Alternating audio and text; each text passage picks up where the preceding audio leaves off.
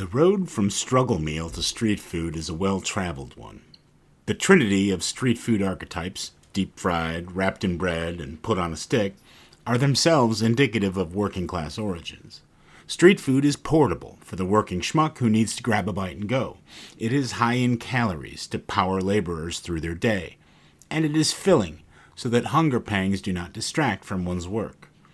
Of course, it must also be tasty enough for people to seek it out. The classic struggle meals are all of the above as well, with the additional requirement that they can be made from cheap and plentiful ingredients that are on hand or easy to acquire. Appetizing and tasty are less important than filling and cheap, but nobody wants to eat garbage either. Perhaps no single class of food has more frequently made that leap from a sustenance of necessity to a prized street treat than the various kinds of fried doughs found in cultures all over the world. The frybread of Native Americans or the bannock of the First Nations, Hungarian langos, the misleadingly named bakes of Trini cuisine, French beignets, Polish punchki, Mexican churros, so many others.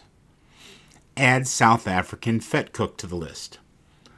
Vetkoek is a kind of fry bread that arose during the Boer expansion into the South African interior during the mid-19th century, a migration that South Africans call the Great Trek.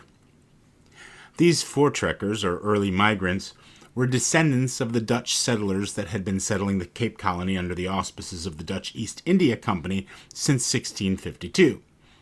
After the French and then the British occupied the colony, waves of Dutch migrants rode ox-drawn wagons into the Highveld and Natal, clashing with and eventually displacing the Xhosa and Zulu people living in those regions.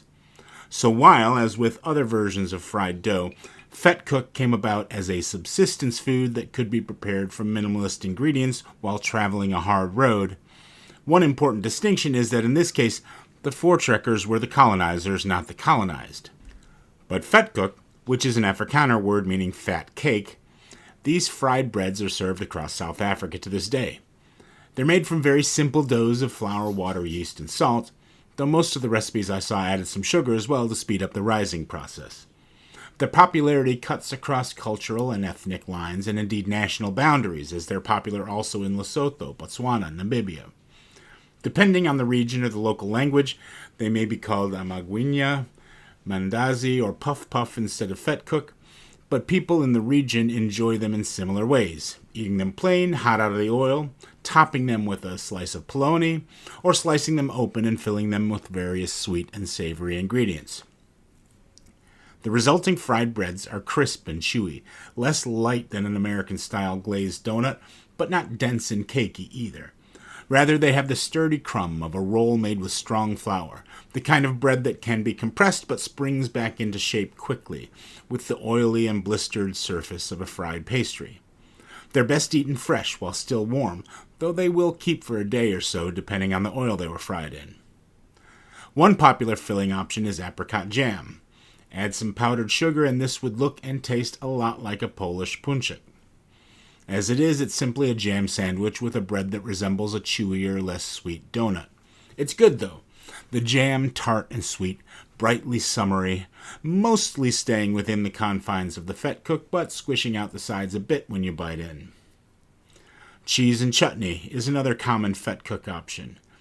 Mrs. Ball's is a sweet South African chutney, similar to a Major Grey-style chutney, but made with peaches and apricots rather than mangoes and raisins, with just a touch of red pepper heat and a noticeable vinegary tang. It works well with this mild cheddar cheese and would probably taste even better with a sharper cheddar.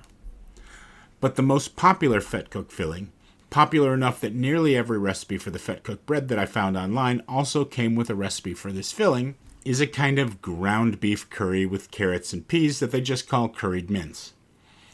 Indian-influenced flavors are widespread in South Africa, given the proximity of the Indian Ocean and the large Indian population in cities like Durban along the eastern coast. Achar, a type of green mango pickle, is a popular condiment used in sandwiches like the Gatsby and Spotlow, and various curries are also served in sandwiches like bunny chow.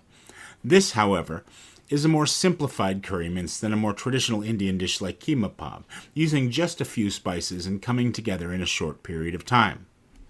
The curry powder I used is earthy but bright, pungent, toasty, and warm, and with the addition of some Kashmiri chili powder, provides a reasonable but approachable bit of spice. I'll say this for the recipe. My wife asked me to share it with her, which means it'll probably end up in our regular rotation. So for the sandwich, I split the Vetkoek in half, leaving a bit of a hinge in place to help the fried bread retain its filling. I add a good-sized scoop of the curried mince, which has been cooked down to the point where it's just saucy enough to hold itself together without immediately turning the bread into a soggy mess. And I added a drizzle of Mrs. Ball's chutney, which I think any South African would agree is a perfectly reasonable condiment to use in this sandwich. And it won't surprise you to learn that this makes a terrific sandwich.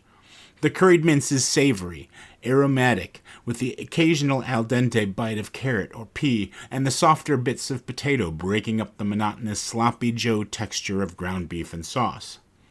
The chutney adds sweet and sour elements to each bite, engaging more of the tongue's taste receptors and creating a fuller flavor perception. This sandwich hits most, if not all, of those notes just with that filling alone. And the Vetkoek itself? Well, it does exactly what street food is supposed to do. It's portable. This may not be the neatest sandwich in the world, but between this bun and possibly a napkin or two, you should be able to eat it out of hand while walking. At around 600 calories per bun, it provides plenty of power to keep a body going throughout the day. And it's filling. One of these pieces of bread is, to be honest, more than I can usually eat in a single sitting these days. But more than that, it's tasty enough that I wish I could eat more than one of them.